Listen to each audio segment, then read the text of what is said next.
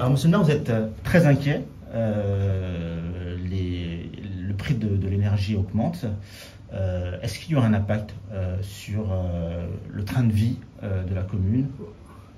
Écoutez, c'est clair que Clé-Souilly n'est pas épargné, on n'est pas sous une bulle protectrice.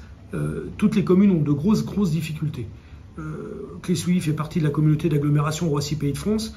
Nous avions une réunion avec tous mes 42 collègues maires la semaine dernière, et c'est vrai qu'aujourd'hui, l'impact notamment du surcoût de l'énergie associé à des augmentations, notamment, ce qui était des augmentations d'ailleurs légitimes, que de re-augmenter les fonctionnaires territoriaux, et il n'était pas question de discuter ce choix, mais je dirais que ces augmentations de masse sur des collectivités telles que les nôtres viennent se télescoper.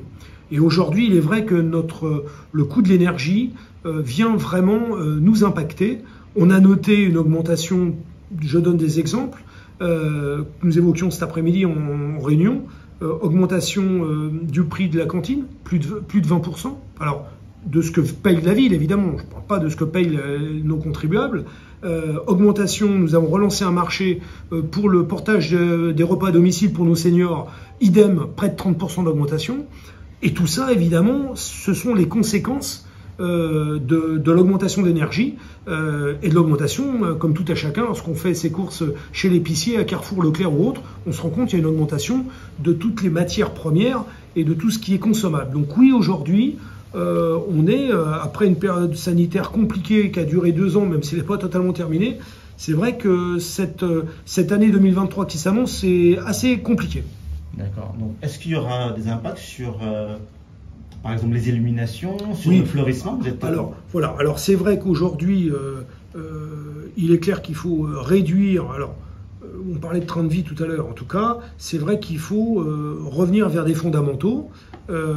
Donc, l'éclairage public, la ville de Clé-Souilly a toujours eu, et on continue à le faire évidemment depuis ce début de mandature, à travailler beaucoup sur la partie développement durable, les économies d'énergie, etc. Donc nous avons depuis 2 ans continué donc à investir dans l'éclairage public à LED.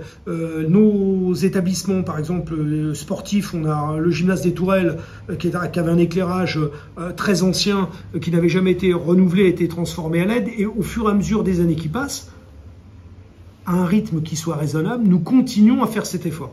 Néanmoins, ça ne suffit pas. Alors, je l'observais, je donnais un chiffre très précis. Aujourd'hui, sur le premier semestre, qui n'est pas la meilleure période, puisque le premier semestre d'une année, à partir d'avril, mai, juin, les jours rallongent, donc c'est pas la même période. Mais on a constaté, par exemple, que l'énergie, le surcoût de l'énergie en éclairage public, on a augmenté que de 8 à 10 000 euros pour l'ensemble de la ville, ce qui n'est pas énorme. Attention, le deuxième semestre, où là par contre, évidemment, on est sur les périodes où la nuit tombe beaucoup plus vite et le lever du soleil est plus tardif, eh bien là on va avoir effectivement une augmentation qui est limitée par ces efforts d'éclairage intelligent, d'éclairage à LED. Donc pour ce faire, oui, on ne va pas complètement être dans la sinistrose et supprimer les illuminations de Noël. Certains de mes collègues le font. Nous, on a préféré travailler avec la société qui gère notre éclairage public, les illuminations. Et donc, on a mis des systèmes de minuterie qui vont nous permettre de déclencher et d'éteindre plus tôt l'éclairage qui, jusqu'à présent, brillait toute la nuit. On considère qu'à partir de 22h30, on doit l'éteindre. Et donc, on fera ces économies-là. Un autre exemple, pour les Cléoises et les Cléois, peut-être qui passent actuellement le soir tardivement, qui rentrent du travail ou de soirée, eh bien, ils constateront que tous les panneaux d'information lumineux, à partir de 22h30, sont éteints, l'information lumineuse, et on ne les redémarre qu'à 6h du matin. Alors, vous allez me dire, au bout du compte, je ne peux pas vous donner un chiffre des économies qu'on va faire, mais on va les faire. Et puis, évidemment, on est à la chasse au gaspillage, y compris dans les établissements scolaires, dans les locaux municipaux, où on réduit. Alors, pour l'instant, on a un hiver qui ne veut pas arriver, Dieu merci pour les factures de chauffage, mais on a aussi pris des mesures en la matière. Donc dire que ça va avoir un impact, oui, sur le budget, mais non, nous n'allons pas tout supprimer non plus. Certaines collectivités ont fait le choix d'éteindre totalement certaines rues. Ça pose quand même des problèmes de sécurité. Je me mets à la place des gens qui rentrent à pied. On a une police municipale, on a des caméras de vidéosurveillance. Donc tout ça fait qu'aujourd'hui, on a comme une partie du parc qui est à faible consommation. Donc on n'en est pas encore à éteindre. Et puis la difficulté, vous vous en doutez, pourquoi éteindre telle rue et pas telle rue? Parce que c'est assez complexe en fait. Les éclairages des rues sont branchés sur des armoires et on va éteindre une rue, pas l'autre, ça serait compliqué. Donc on va plutôt continuer à faire ces efforts d'investissement qu'on pourra faire l'année prochaine et effectivement essayer de continuer à faire quand même des festivités de Noël qui soient des fêtes, parce que le climat est assez anxiogène en ce moment. Donc si on commence à se mettre dans le noir à la période de Noël et tout ça, ça peut mettre à pleurer, excusez-moi, ça serait un peu compliqué. Donc on va faire des efforts, on va limiter, mais on va pas, pour cette année en tout cas, supprimer des choses qui sont chères aux Cléois. Est-ce que les services à la population, je ne sais pas, par exemple les colis de Noël, tout ça, seront limités, réduits? Voilà, alors en fait, pour être très clair, et d'ailleurs on aura certainement enchaîné sur la fiscalité, donc on avait fait le choix, d'ailleurs le conseil municipal à l'unanimité avait voté cette augmentation du taux du foncier, pour lequel certains Cléois nous ont interrogés, s'interrogent, et systématiquement c'est moi qui personnellement réponds à nos administrés quand ils nous posent des questions. C'est vrai que cette augmentation du taux donc de la fiscalité nous a permis d'absorber évidemment, d'accuser on va dire, et de cette augmentation, ces surcoûts, voilà. Et donc aujourd'hui, que ce soit le colis de Noël ou un certain nombre de prestations comme ça pour lesquelles nos seniors étaient habitués, eh bien non, on va maintenir de belle qualité, on fait très attention, on négocie les prix, mais là encore, il n'est pas question de supprimer totalement les choses.